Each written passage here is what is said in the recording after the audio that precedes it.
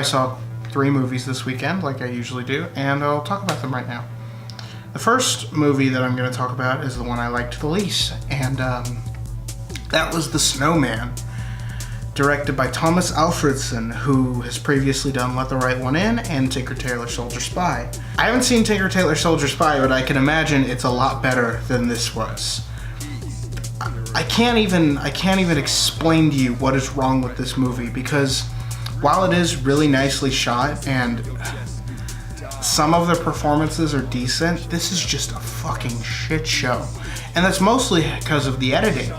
I don't want to go into too much detail because I want to move on to the other movies, but there was a lot of production issues, and this movie really deserves its own video. So I would almost recommend it, because that way you can see that movies this bad still get made and still get released into theaters, and it's baffling. If I had to rate it, it would be a 1 out of 10. Don't watch this movie if you can't tolerate just a shit show of epic proportions like that. I would almost recommend seeing it just so you know how to not edit a movie if you are into filmmaking at all. But I would skip it. It's really not worth it. But I will go into it in a separate video. So the next movie I saw this weekend, well, it came out this weekend, but I actually saw it a couple of months back at a test screening, was Wonderstruck, the new Todd Haynes film. And this is technically cheating because I didn't see it this weekend, but since the review embargo is officially lifted, I can talk about it now.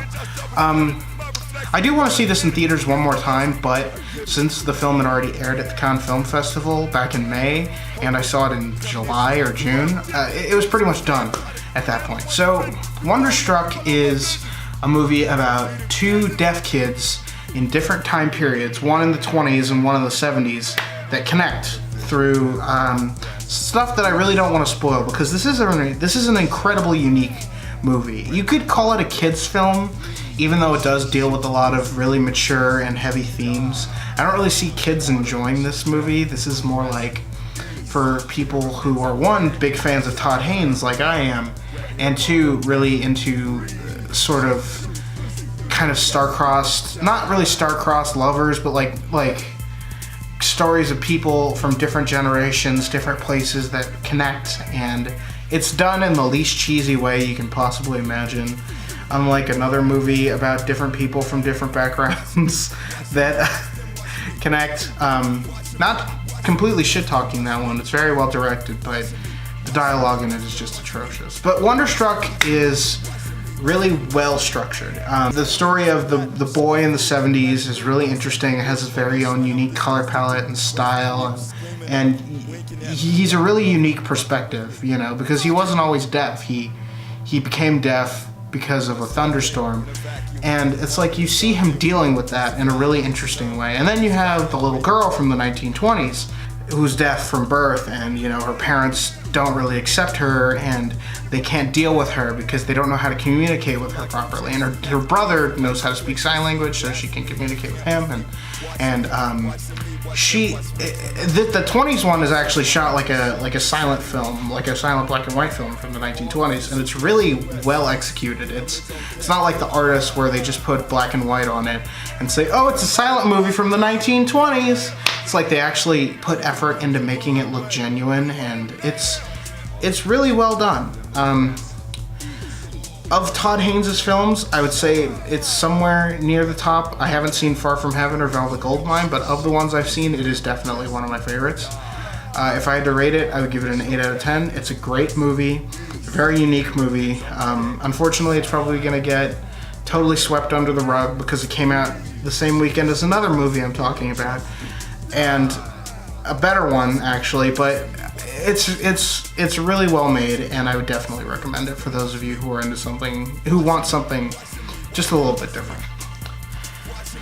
Now, the final movie and the best movie I'm going to talk about this weekend is The Killing of a Sacred Deer, directed by Yorgos Lanthimos, who previously made Dogtooth, Alps, The Lobster. The Lobster was one of my favorite films of 2016. It's a really unique and quirky comedy. It has a lot of really interesting stuff in it and an incredibly unique concept, and if you haven't seen it, I would really highly recommend it.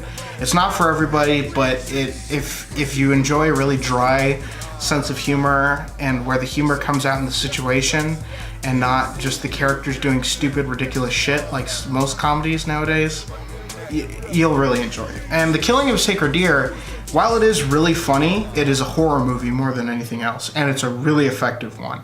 It doesn't use cheap jump scares, it doesn't use really gross, bloody violence, with the exception of one or two scenes, and when it does it tastefully and effectively. The performances are fantastic. Colin Farrell is just like incredible. I think it might be my favorite performance of his next to In Bruges. Nicole Kidman is amazing. She's like amazing in everything she's been in this year. I don't think she's quite as good as she is in Big Little Lies, but she's great in this. Barry Keoghan, I think is how you pronounce his name. The kid who plays Martin. He is like so fucking intimidating and creepy, and he sells his character so well that like he's like Michelle Pfeiffer in Mother, where he's so good at playing this creepy little shit that you hate him. Where it's like he's too good. He's too good for you to actually enjoy the performance. It's so disturbing and creepy. And the kid actors in this are really well done, are really good. All the cinematography. It might be some of the best cinematography all year next to Blade Runner 2049. I mean, the way they make this movie look, it's like the ghost of Stanley Kubrick came back and directed a movie. It's insane. The hallway shots, it's like something out of The Shining. And it has a very similar tone to The Shining as well. Even though Yorgos Lanthimos does make it his own style still with the way the dialogue is directed, he really does a good job at emulating Kubrick in a way where it doesn't feel cheap and forced. It's really effective. And it works for this tone. It's one of those movies where I don't want to talk about the plot too much because I'd be spoiling, but all I'll say is that Colin Farrell plays a surgeon who is involved with this kid Martin because Colin Farrell worked on his dad. And Martin has a weird, unhealthy obsession with this surgeon. And that's all I really want to say because... Fuck, I dropped my phone. How professional of me. This movie is really great. I don't want to talk about the plot because it's just so effective. And it's a horror masterpiece. Next to The Witch and It Comes at Night, it's just an incredible movie. And I cannot recommend you see it enough. It's very, very polarizing with the way it handles its subject matter. It might make people uncomfortable. It might make people confused. Some people might just find it stupid because they don't understand its themes and what it's going for, but it's so good. I cannot recommend it enough. So, those are the movies that I saw this weekend. I am probably going to see Suburbicon next weekend. That's really the only thing I can think of coming out next weekend that I'm interested in. I might see Jigsaw. I don't know. That's gonna be a tough one. I have a weird guilty pleasure for the Saw movies, so I might rewatch the first one so I can have a little bit more of a comparison and have the style fresh in my mind when I do see the new Jigsaw film. Oh fuck, that's gonna be it's gonna be a shit show. But can't wait to talk to him about you guys.